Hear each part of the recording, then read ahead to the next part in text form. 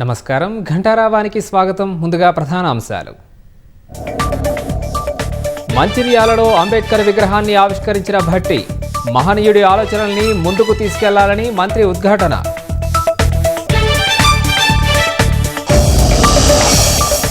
SC వర్గీకరణ చేసి దేశానికి దిక్సూచిగా తెలంగాణ నిలిచిందన్న శ్రీధరబాబు. రాజ్యాంగాన్ని బలహీనపరిచే చర్యలను అడ్డుకోవాలని మంత్రి పిలుపు. గతంలో రైస్ మిల్లర్లు బియ్యం కుంభకోణానికి పాల్పడ్డారన్న మహేష్ గౌడ్. అక్రమంగా తరలించిన దొడ్డు బియ్యంపై విచారణ చేపడతామని స్పష్టీకరణ. మంత్రివర్గంలో మాదిగలకు అవకాశం ఇవ్వాలన్న మందకృష్ణ. లక్ష డప్పుల ప్రదర్శనకు ప్రభుత్వం అనుమతివ్వాలని విజ్ఞప్తి.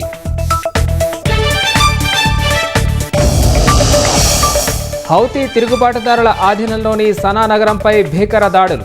అమెరికానే చేసిందని హౌతీల ఆరోపణ.